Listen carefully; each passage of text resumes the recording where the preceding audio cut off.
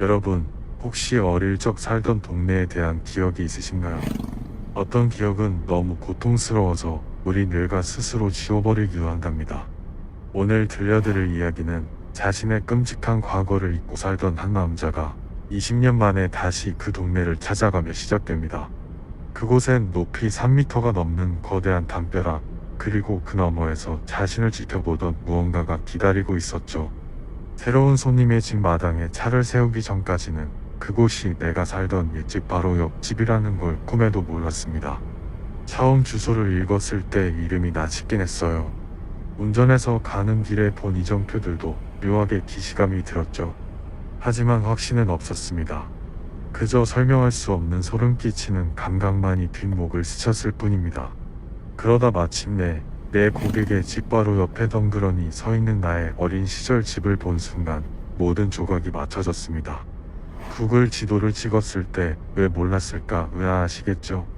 하지만 전 6살 때 삼촌 손에 이끌려 이 조용한 동네를 떠났습니다.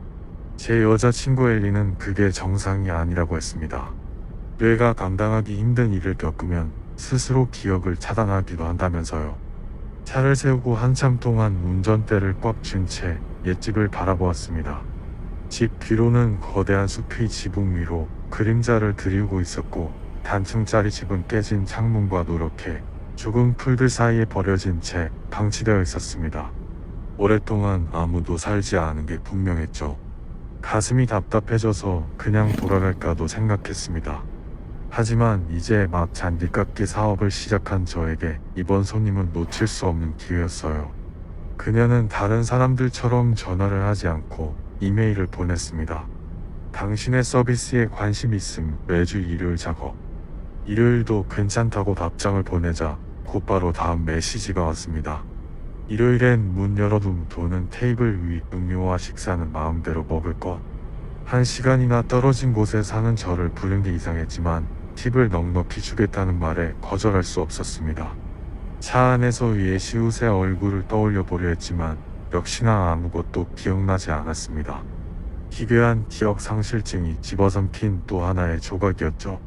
그녀의 마당은 무릎 높이까지 풀이 자라 엉망진창이었습니다. 반면 집 자체는 아주 깔끔한 2층 집이었죠. 마당만 관리하지 않는 게 마치 어떤 의도가 있는 것처럼 느껴질 정도였습니다. 잔디를 깎는 내내 제 시선은 자꾸만 옆집과 경계를 이루는 담장으로 향했습니다. 그 담장은 이상할 정도로 거대했습니다. 높이가 3m는 좋게 되어 보였죠. 이런 조용한 주택가에 어떻게 저런 높은 담장이 허가가 났는지 의문이 들 정도였습니다. 그런데 그 담장을 볼 때마다 눈 뒤쪽에서 강한 압박감이 느껴졌습니다.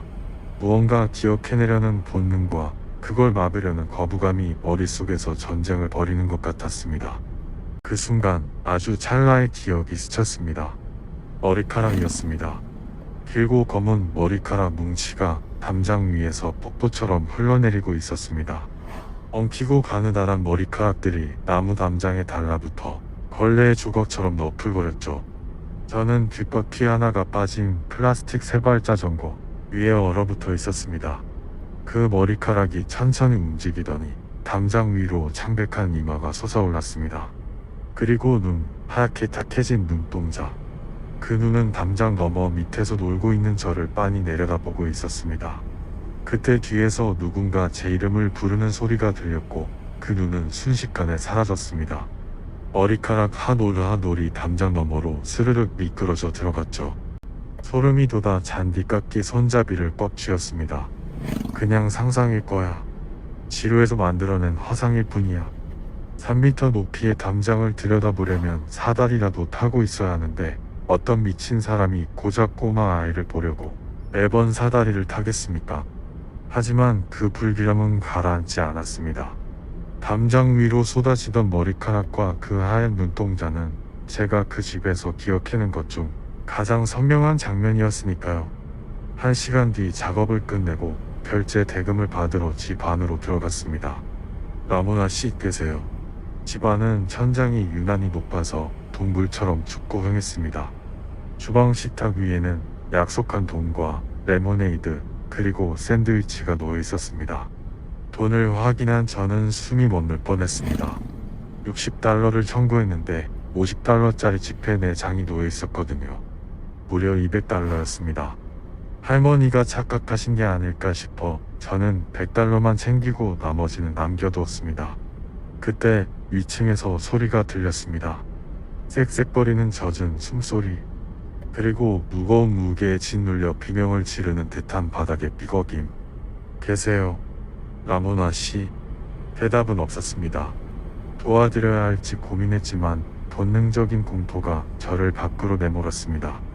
왠지 그 집 자체가 거대한 덫처럼 느껴졌거든요. 저는 예의상 놓여있던 샌드위치만 하나 집어들고 서둘러 도망치듯 집을 빠져나왔습니다. 차 안에서 샌드위치를 열어본 저는 경악했습니다. 빵 사이에는 버터와 함께 생고기가 들어있었습니다. 그리고 그 붉은 고기 사이로 무언가 길게 딸려 나왔습니다. 검고 기괴할 정도로 긴 머리카락과 놀이였습니다. 그 다음 주 저는 다시 그곳을 찾았습니다. 가기 싫었지만 돈이 필요했고 무엇보다 그 담장에 얽힌 기억들이 점점 더 강하게 저를 끌어당겼습니다. 그날 밤 꿈을 꾸었습니다. 담장 너머로 음식이 던져지는 꿈이었죠. 어떨 때는 비닐봉지에 담긴 따뜻한 치킨이었고 어떨 때는 깃털도 뽑지 않은 생닭이었습니다. 때로는 썩은 사과와 피가 뚝뚝 흐르는 고기 덩어리였죠. 기억 속에 저는 배가 고팠습니다. 담장 옆 덤불 속에 나만의 은신처를 만들고 위에서 던져주는 것들을 짐승처럼 허겁지겁 주워 먹었습니다. 머리에는 이가 들끓어 가려웠지만 아무도 신경 써주지 않았죠. 그때 담장 틈 사이로 거대한 손 하나가 쑥 들어왔습니다. 손가락 하나가 제 얼굴을 가리 넘긴 머리카락을 부드럽게 쓸어 넘겼습니다. 그러자 신기하게도 가려움이 사라졌죠. 저는 그 거대한 손가락을 작은 두 손으로 꽉 쥐고 엉엉 울었습니다. 그때 안에서 화가 잔뜩 난 목소리가 들렸고 그 손은 서둘러 담장 너머로 사라졌습니다. 곧이어 누군가 제 은신처를 걷어치웠습니다. 주변에는 제가 먹다 남긴 썩은 음식들과 구더기가 들끓고 있었죠. 엄마였습니다. 엄마는 제 팔이 부러질 듯 잡아당기며 소리를 질렀습니다. 세 번째로 라모나의 집을 방문했을 때 저는 더 이상 주저하지 않았습니다. 이제 모든 조각이 맞춰지고 있었거든요. 옆집 이웃은 다정한 할머니였을지도 모릅니다. 방치된 나를 먹여주고 돌봐주고 이야기를 들려주던 존재. 잔디를 깎으며 담장을 뚫어지게 쳐다봤습니다. 기억 속에서 엄마는 저를 때리며 소리쳤습니다. 헨리, 이 빌어먹을 자식 당장 이리 와봐. 겁에 질린 제가 엄마 제발 때리지 마세요. 라고 울부짖던 그 순간 제 뒷목에 길고 부드러운 머리카락 같은 것이 닿았습니다. 엄마는 내 머리 위에 있는 무언가를 보고 비명을 질렀습니다. 엄청난 크기의 손가락들이 내려와 엄마의 몸을 낚아채 하늘 높이 들어올렸습니다. 괜찮아 엄마.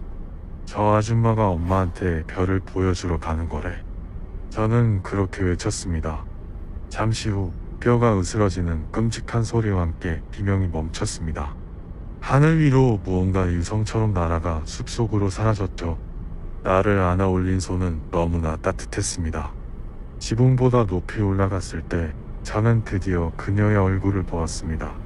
창백하고 해골처럼 늘어진 얼굴, 하지만 그 눈동자만큼은 세상 그 누구보다 따뜻했습니다. 엄마도 별 보는 거 좋아해? 제가 묻자 그녀는 낮게 콧노래를 흥얼거렸습니다. 정신을 차려보니 저는 라모나의 집안 2층으로 향하고 있었습니다.